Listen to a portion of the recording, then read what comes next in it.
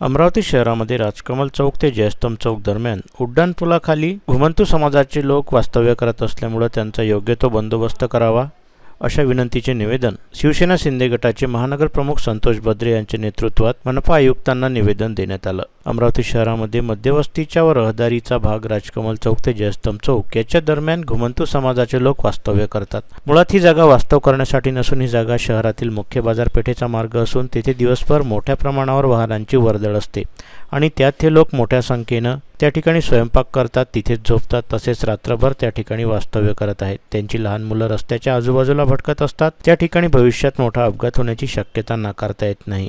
याशिवाय रस्त्यावर हे लोक त्याच ठिकाणी भांडणे सुद्धा करतात व गलिच्छ शिवीगाळ करतात। तसेच अमरावती राजकमल चौक येथील नेहरू मैदानात त्याच लोकांचं वास्तव्य आहे। त्या ठिकाणी मोठमोठे सार्वजनिक कार्यक्रम नेहरू मैदान येथे टाउन हॉलमध्ये होत असतात। म्हणून त्यांचा तत्काळ बंदोबस्त करण्यात यावा व त्यांना वास्तव्यास शहरात कुठेही जागा देऊ नये, अन्यथा शिवसेनेला आंदोलनाचा मार्ग स्वीकारल्याशिवाय पर्याय नाही, असे निवेदन संतोष बद्रे यांच्या मार्गदर्शनात शिवसेना शिंदे गटाच्या वतीने देण्यात आलं। सुनील हरिभाऊ केने, शिवसेना उपजिल्हा प्रमुख अमरावती।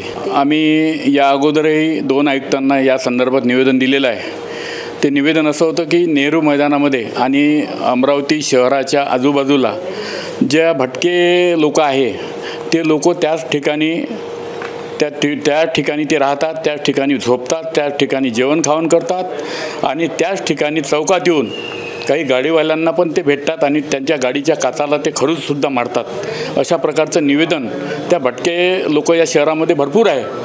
परंतु हे जे शहर आहे हे अमरावती शहर या लोकांनी पूर्ण गलिच्छ करून टाकलं आणि ही जबाबदारी जी आहे ही जबाबदारी अमरावती महानगरपालिकेच्या आयुक्ताची आहे।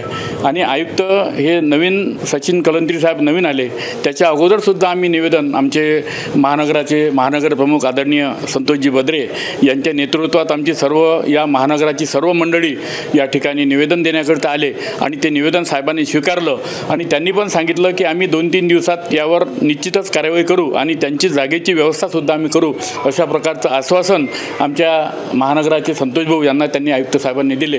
परंतु याच्यानंतर पण आणखी 2 दिवसात जर त्यांनी व्यवस्था ही केली नाही तर त्याच्यापेक्षा उग्र आंदोलन आम्ही या ठिकाणी अमरावती महानगरपालिकेमध्ये शिवसेना महानगराच्या वतीनं आणि बडनेरा महानगराच्या वतीनं आम्ही या ठिकाणी करणार आहोत, एवढंच या ठिकाणी आजच्या प्रसंगी सांगतो।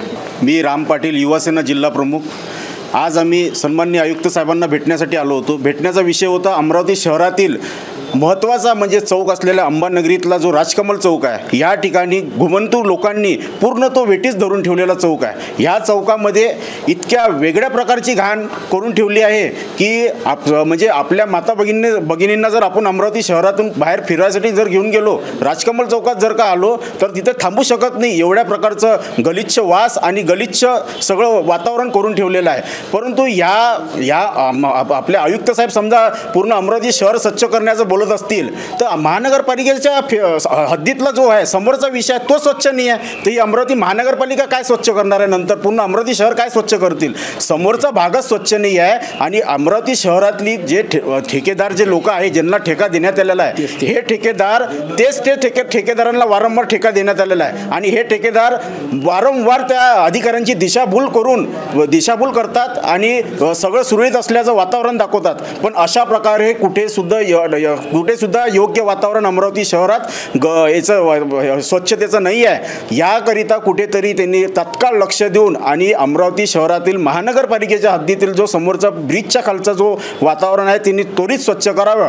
त्वरित स्वच्छ जर का नाही केलं तर यापुढे शिवसेना स्टाईलनं महानगरपालिकेला आम्ही धडा शिकू, हेच आज या प्रसंगी सांगू इच्छितो।